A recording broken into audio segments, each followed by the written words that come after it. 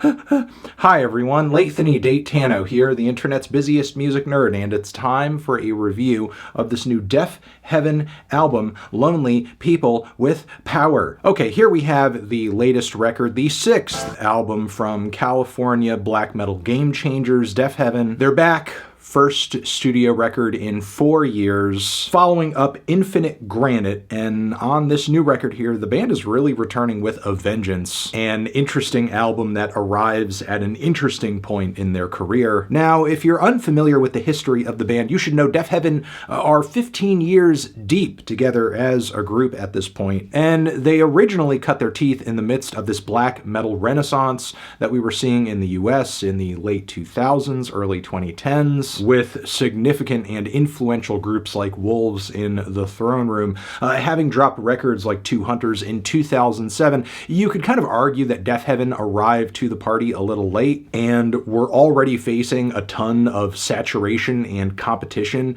in this lane of music, as well as a lot of metal elitism that was pretty much poo-pooing any Western band dabbling in this sound at the time. But yes, there were a lot of bands that were newly embracing tremolo pick guitars, blast beats, harsh vocals, more atmospheric production, but somehow Deafheaven managed to cut through all of that noise with a record that sort of put them at the top of this trend, Sunbather, in 2013. And this record featured intense performances, bright production, and some subtle influence coming from the worlds of screamo and post-hardcore a bit too. So yeah, there were a lot of reasons this record panned out to be as successful as it was, and widely appealing among a very large amount of loud rock fans. But as good as this album was, sadly, it kind of coincided with a peak in relevancy for this wave of music. And the trend of bands dabbling in the sound, of listeners being as interested in it,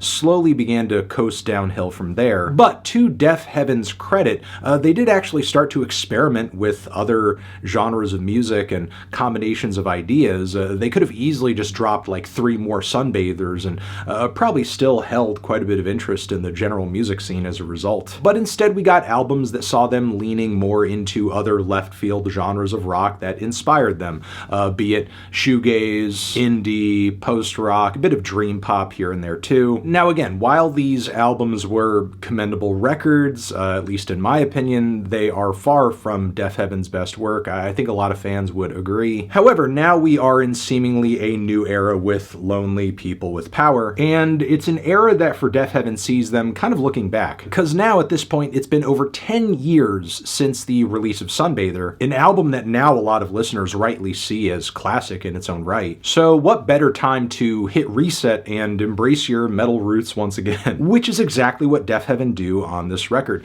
to the point where there are multiple tracks on this thing that to me read as just straight up black metal, that's it. No screamo, no shoegaze pretense. Revelator, Doberman, Magnolia, these songs have the blast beats, the riffs, the vocals. I mean, it's just black metal. The band is not really experimenting that much with the sound, however, it still hits. And it's still a thrill because the band is executing these sounds, the band is executing this style with progressive song structures that are epic as hell, with a lot of ferocity on the performance side, great guitar tones, chord progressions, melodies, really monumental songs that work into the track list so well. However, when we look at the entire scope of the album, there's still quite a bit of variation, and things get especially epic when they dabble a bit more in their post-rock influence and use that classic loud, soft, dynamic formula to drive some really grand and hard-hitting builds and crescendos. Case in point, the song Winona, where there's also some chiller passages with clean lead vocals that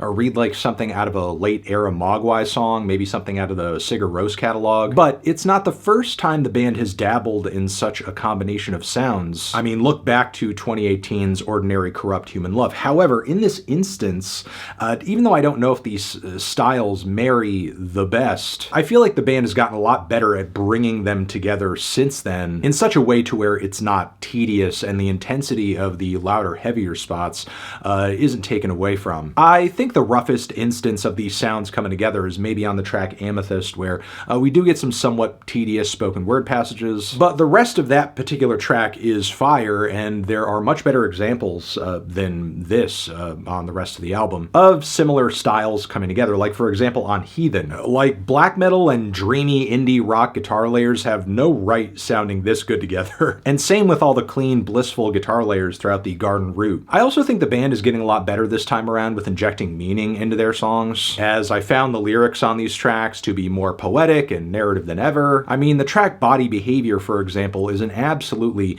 chilling song told from the perspective of someone who, as a younger version of themselves, I imagine, is being groomed, taken advantage of, which, I mean, such a narrative cropping up on a record like this is not surprising given the cover of this album, which I don't think I need to explain, especially in lieu of the title of this album. And this is not the only track on the record to one degree or another explores dynamics of inequity, in power, being used, being left for dead. And a lot of these ideas are expressed with the kind of fire and brimstone and righteousness and aggression that you would want from a black metal album. So again, throughout a lot of this record, you have a lot of feelings and themes and sounds and ideas tying together very well that don't normally do so. And on some level, it feels like the band is really nailing this time around, something they've been attempting for at least a couple of albums now. Something new, something different, while also on multiple tracks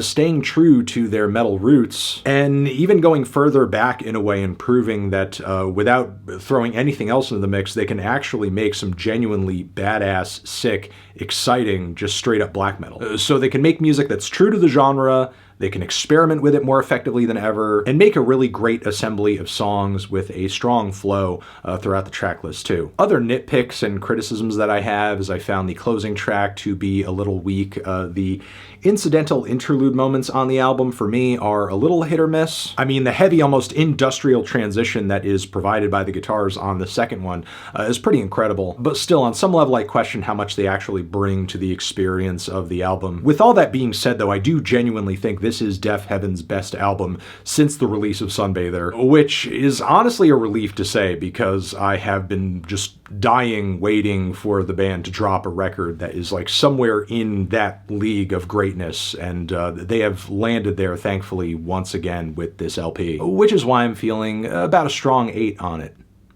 Transition, have you given this album a listen? Did you love it? Did you hate it? What would you rate it? You're the best, you're the best. What should I review next? Hit the like if you like, please subscribe and please don't cry. Hit the bell as well. Over here next to my head is another video that you can check out. Hit that up or the link to subscribe to the channel. Anthony Fantano, Deafheaven, forever.